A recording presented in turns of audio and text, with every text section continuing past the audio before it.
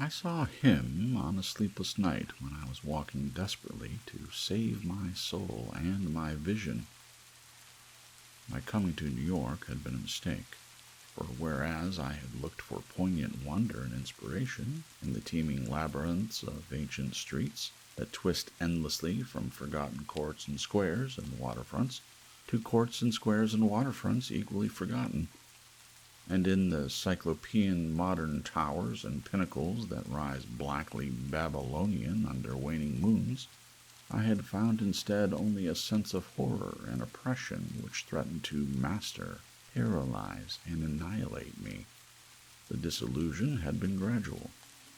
Coming for the first time upon the town, I had seen it from the sunset from a bridge, majestic above its waters, its incredible peaks and pyramids rising flower-like and delicate from pools of violet mist to play with the flaming golden clouds and the first stars of evening. Then it had lighted up window by window above the shimmering tides where lanterns nodded and glided, and deep horns bayed weird harmonies, and had itself become a starry firmament of dream, redolent of fairy music, and one with the marvels of Carcassonne and Samarkand and El Dorado, and all glorious and half-fabulous cities. Shortly afterwards, I was taken through those antique ways so dear to my fancy, narrow, curving alleys and passages where rows of red Georgian brick blinked with small pane dormers above pillared doorways that had looked on gilded sedans and paneled coaches. And in the very first flush of realization of these long-wished things, I thought I had indeed achieved such treasures as would make me in time a poet. But success and happiness were not to be. Garish daylight showed only squalor and alienage, and the noxious elephantiasis of climbing, spreading stone where the moon had hinted of loveliness and elder magic, and the throngs of people that seethed through the flume-like streets were squat, swarthy strangers with hardened faces and narrow eyes. Shrewd strangers without dreams and without kinship to the scenes about them, who could never mean aught to a blue-eyed man of the old folk, with the love of fair green lanes and white New England village steeples in his heart. So instead of the poems I had hoped for, there came only a shuddering blackness and ineffable loneliness, and I saw at least a fearful truth which no one had ever dared to breathe before. The unwhisperable secret of secrets, the fact that this city of stone and strider is not a sentient perpetuation of old New York, as London is of old London and Paris of old Paris, but that it is in quite fact dead. Its sprawling body, imperfectly embalmed and infested with queer animate things, which have nothing to do with it as it was in life. Upon making this discovery, I ceased to sleep comfortably, though something of resigned tranquillity came back as I gradually formed the habit of keeping off the streets by day and venturing abroad only at night, when darkness calls forth what little of the past still hovers wraith-like about, and old white doorways remember the stalwart forms that once passed through them. With this mode of relief, I even wrote a few poems, and still refrained from going home to my people, lest I seemed to crawl back ignobly in defeat. Then, on a sleepless night's walk, I met the man. It was in a grotesque hidden courtyard of the Greenwich section, for there in my ignorances I had settled, having heard of the place as a natural home of poets and artists. The archaic lanes and houses and unexpected bits of square and court had indeed delighted me. And when I found the poets and artists to be loud-voiced pretenders, whose quaintness is tinsel, and whose lives are denial of all that is pure beauty, which is poetry and art, I stayed on for love of these venerable things. I fancied them as they were in their prime, when Greenwich was a placid village not yet engulfed by the town, and in the hours before dawn, when all the revelers had slunk away, I used to wander alone among their cryptical windings and brood upon the curious arcana which generations must have deposited there. This kept my soul alive, gave me a few of those dreams and visions for which the poet far within me cried out. The man came upon me about 2 one cloudy August morning, as I was threading a series of detached courtyards, now accessible only through the unlighted hallways of intervening buildings, but once forming parts of a continuous network of picturesque alleys. I heard of them by vague rumor, and realized that they could not be upon any map of today, but the fact that they were forgotten only endeared them to me, so that I had sought them with twice my usual eagerness. Now that I had found them, my eagerness was again redoubled, for something in their arrangement dimly hinted that they might be only a few of many such, with dark, dumb counterparts wedged obscurely betwixt high blank walls and deserted rear tenements, or lurking lamplessly behind archways, unbetrayed by hordes of the foreign-speaking or guarded by furtive and uncommunicative artists whose practices do not invite publicity or the light of day. He spoke to me without invitation, noting my mood and glances as I studied certain knockered doorways above iron-railed steps. The pallid glow of traceried transoms feebly lighted my face. His own face was in shadow, and he wore a wide-brimmed hat which somehow blended perfectly with the out-of-date cloak he affected, but I was subtly disquieted even before he addressed me. His form was very slight, thin almost to cadaverousness, and his voice proved phenomenally soft and hollow, though not particularly deep. He had, he said, noticed me several times at my wanderings, and inferred that I resembled him in loving the vestiges of former years. Would I not like the guidance of one long practiced in these explorations, and possessed of local information profoundly deeper than any which an obvious newcomer could possibly have gained? As he spoke, I caught a glimpse of his face in the yellow beam from a solitary attic window. It was a noble, even a handsome, elderly countenance, and bore the marks of a lineage and refinement unusual for the age and place. Yet some quality about it disturbed me, almost as much as its features pleased me. Perhaps it was too white, or too expressionless, or too much out of keeping with the locality to make me feel easy or comfortable. Nevertheless, I followed him, for in those dreary days my quest for antique beauty and mystery was all that I had to keep my soul alive, and I reckoned it a rare favor of fate to fall in with one whose kindred seekings seemed to have penetrated so much farther than mine. Something in the night constrained the cloaked man to silence, and for a long hour he led me forward without needless words, making only the briefest of comments concerning ancient names and dates and changes, and directing my progress very largely by gestures as we squeezed through interstices, tiptoed through corridors, clambered over brick walls, and once crawled on hands and knees through a low-arched passage of stone, whose immense length and tortuous twistings effaced at last every hint of geographical location I had managed to preserve. The things we saw were very old and marvelous, or at least they seemed so, in the few straggling rays of light by which I viewed them, and I shall never forget the tottering Ionic columns and fluted pilasters and urn-headed iron fence-posts and flaring linteled windows and decorative fan-lights that appeared to grow quainter and stranger the deeper we advanced into this inexhaustible maze of unknown antiquity. We met no person, and as time passed, the lighted windows became fewer and fewer. The streetlights we first encountered had been oil, and of the ancient lozenge pattern. Later I noticed some with candles, and at last, after traversing a horrible unlighted court, where my guide had to lead me with his gloved hand through total blackness to a narrow wooden gate in a high wall, we came upon a fragment of alley lit only by lanterns in front of every seventh house, unbelievably colonial tin lanterns, with conical tops and holes punched in the sides.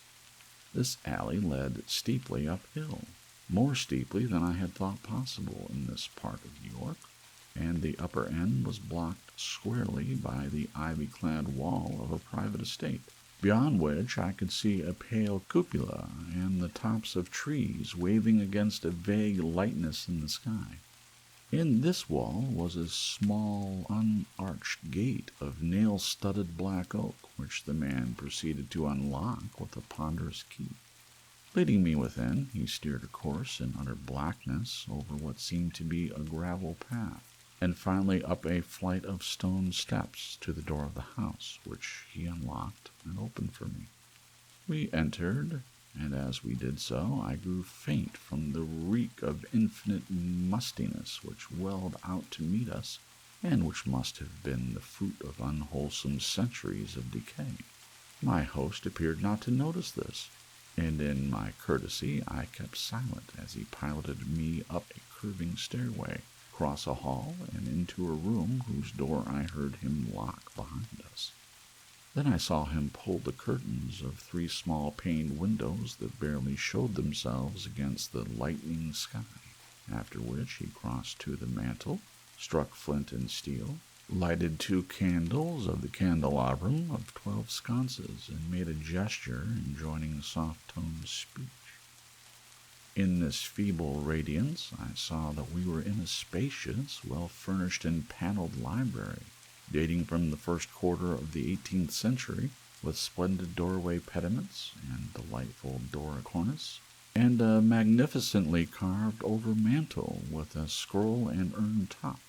Above the crowded bookshelves at intervals along the walls were well-wrought family portraits, all tarnished to an emblematic dimness, and bearing an unmistakable likeness to the man who now motioned me to a chair beside the graceful Chippendale table. Before seating himself across the table from me, my host paused for a moment as if in embarrassment, then, tardily removing his gloves, wide-brimmed hat, and cloak, stood theatrically revealed in full mid-Georgian costume, from queued hair and neck ruffles to knee breeches, silk hose, and the buckled shoes I had not previously noticed. Now, slowly sinking into a lyre-back chair, he commenced to eye me intently. Without his hat, he took an aspect of extreme age, which was scarcely visible before, and I wondered if this unperceived mark of singular longevity were not one of the sources of my original disquiet.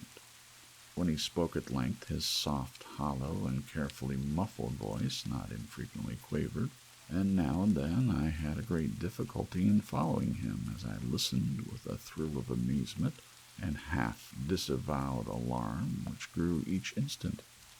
"You behold, sir," my host began, "a man of very eccentrical habits, for whose costume no apology need be offered to one with your wit and inclinations.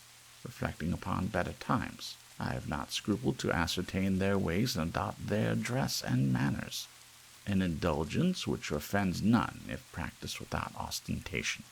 It hath been my good fortune to retain the rural seat of my ancestors, swallowing though it was by 2 towns, first Greenwich, which built up hither after 1800, then New York, which joined on near 1830.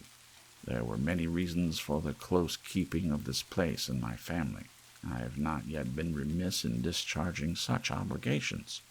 The squire who succeeded to it in 1768 studied Sartane arts, and made Sartane discoveries, all connected with influence residing in this particular plot of ground, and eminently deserving of the strongest guarding.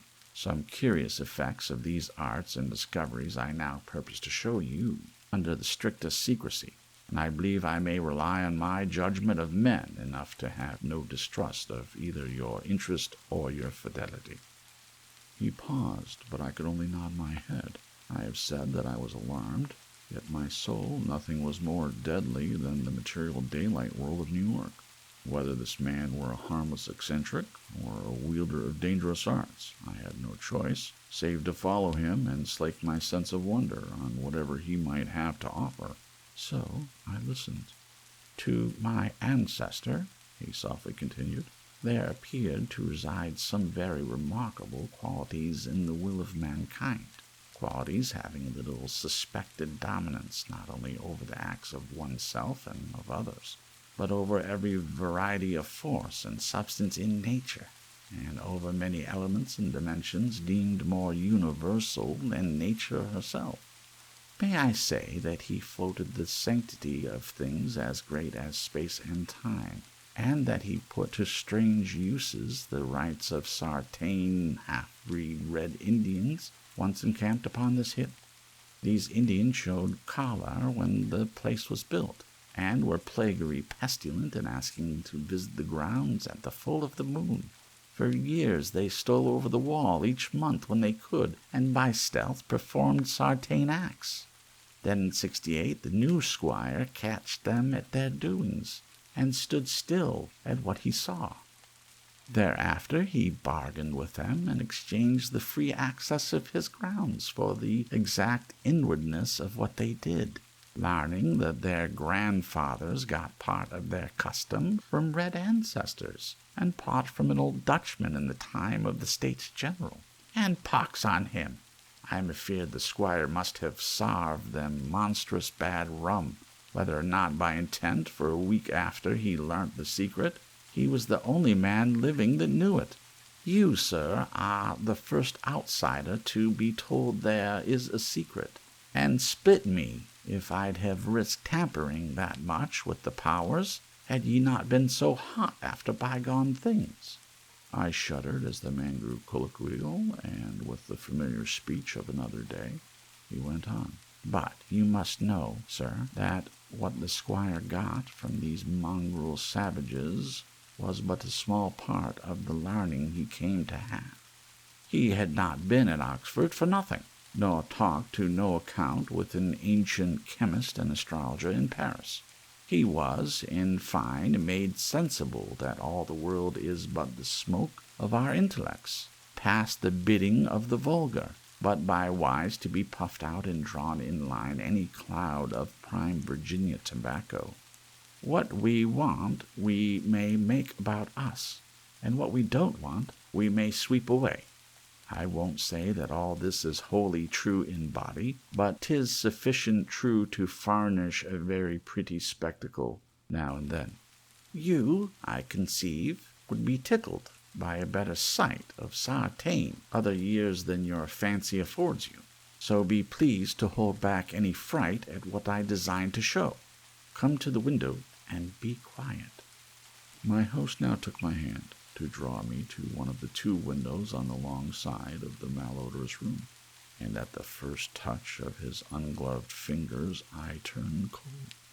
His flesh, though dry and firm, was the quality of ice, and I almost shrank away from his pulling. But again I thought of the emptiness and horror of reality, and boldly prepared to follow whithersoever I might be led. Once at the window, the man drew apart the yellow silk curtains, and directed my stare into the blackness outside. For a moment I saw nothing save a myriad of tiny dancing lights far, far before me. Then, as if in response to an insidious motion of my host's hand, a flash of heat lightning played over the scene, and I looked out upon a sea of luxuriant foliage unpolluted, and not the sea of roofs to be expected by any normal mind. On my right the Hudson glittered wickedly, and in the distance ahead I saw the unhealthy shimmer of a vast salt marsh, constellated with nervous fireflies. The flash died, and an evil smile illuminated the waxy face of the aged necromancer. That was before my time, before the new squire's time. Pray let us try again. I was faint, even fainter than the hateful modernity of the accursed city had made me. Good God, I whispered, can you do that for any time?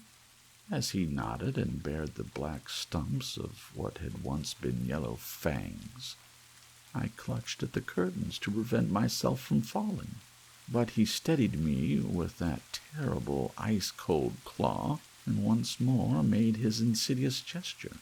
Again the lightning flashed, but this time upon a scene not wholly strange. It was Greenwich, the Greenwich that used to be, with here and there a roof or row of houses as we see it now, yet with lovely green lanes and fields and bits of grassy common. The marsh still glinted beyond, but in the farther distance I saw the steeples of what was then all of New York, Trinity and St. Paul's and the brick church dominating their sisters, and with a faint haze of wood smoke hovering over the whole, I breathed hard, but not so much from the sight itself as from the possibilities my imagination terrifiedly conjured up. Dare you go far? I spoke with awe, and I think he shared it for a second, but the evil grin returned. Far? What I have seen would blast ye to a mad statue of stone. Back, forward look, ye pulling lackwit.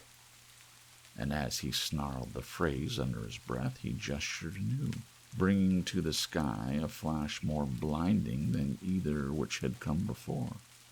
For full 3 seconds I could glimpse the pandemonic sight, and in those seconds I saw a vista which will ever afterward torment me in dreams. I saw the heavens verminous with strange flying things, and beneath them a hellish black city of giant stone terraces with impious pyramids flung savagely to the moon, and devil lights burning from unnumbered windows. And swarming loathsomely on aerial galleries, I saw the yellow squint-eyed people of that city, robed horribly in orange and red, and dancing insanely to the pounding of fevered kettle drums, the clatter of obscene crotala, and the maniacal moanings of muted horns, whose ceaseless dirges rose and fell undulantly like the waves of an unhallowed ocean of bitumen. I saw this vista, I say, and heard, as with the mind's ear, the blasphemous Dom Daniel of cacophony which companioned it. It was the shrieking fulfillment of all the horror which that corpse city had ever stirred in my soul, and forgetting every injunction to silence, I screamed and screamed and screamed as my nerves gave way and the walls quivered about me. Then, as the flash subsided, I saw that my host was trembling too. A look of shocking fear half blotted from his face the serpent distortion of rage which my screams had excited. He tottered, clutched at the curtains as I had done before, and wriggled his head wildly like a hunted animal. God knows he had cause, for as the echoes of my screaming died away, there came another sound so hellishly suggestive that only numbed emotion kept me sane and conscious. It was the steady, stealthy creaking of the stairs beyond the locked door, as with the ascent of a bare foot or skin-shod horde, and at last the cautious, purposeful rattling of the brass latch that glowed in the feeble candlelight. The old man clawed and spat at me through the moldy air, and barked things in his throat as he swayed with the yellow curtain he clutched. The full moon, damn ye yelping dog, ye called 'em, and they've come for me. Moccasined feet, dead men, gad sink ye red devils, but I poisoned no rum of yours. Hadn't I kept your pox-rotted magic safe, ye swilled yourselves sick. Curse ye, and ye must needs blame the squire. Let go, you! Unhand that latch, I've naught for ye here. At this point, 3 slow and very deliberate raps shook the panels of the door, and a white foam gathered at the mouth of the frantic magician. His fright, turning to steely despair, left room for the resurgence of his rage against me, and he staggered a step toward the table on whose edge I was steadying myself. The curtains, still clutched in his right hand as his left clawed at me, grew taut and finally crashed down from their lofty fastenings, admitting to the room a flood of that full moonlight which the brightening of the sky had presaged. In those greenish beams the candles paled, and a new semblance of the decay spread over the musk-reeking room with its wormy paneling, sagging floor, battered mantel, rickety furniture, and ragged draperies. It spread over the old man, too, whether from the same source or because of his fear and vehemence. And I saw him shrivel and blacken as he lurched near and strove to rend me with vulturine talons. Only his eyes stayed whole, and they glared with a propulsive, dilated incandescence, which grew as his face around them chawed and dwindled. The rapping was now repeated with greater insistence, and this time bore a hint of metal. The black thing facing me had become only a head with eyes, impotently trying to wriggle across the sinking floor in my direction, and occasionally emitting feeble little spits of immortal malice. Now swift and splintering blows assailed the sickly panels, and I saw the gleam of a tomahawk as it cleft the rending wood.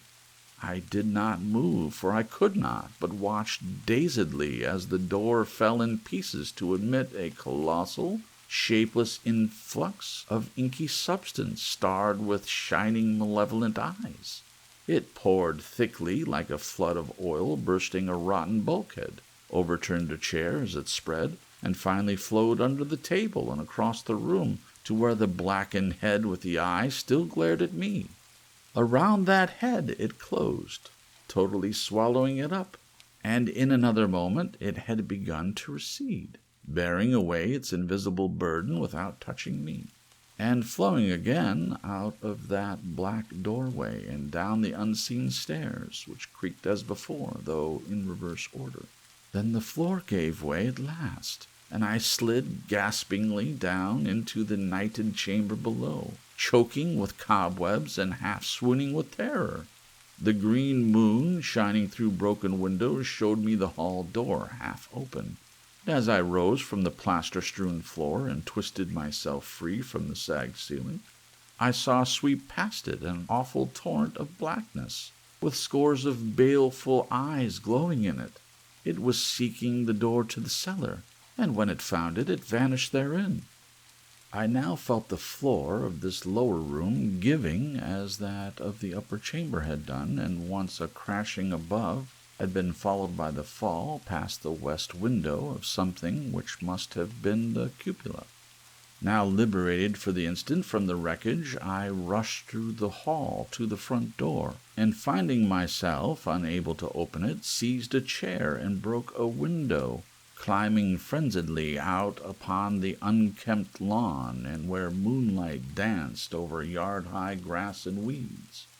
The wall was high, and all the gates were locked, but moving a pile of boxes in a corner, I managed to gain the top and cling to the great stone urn set there.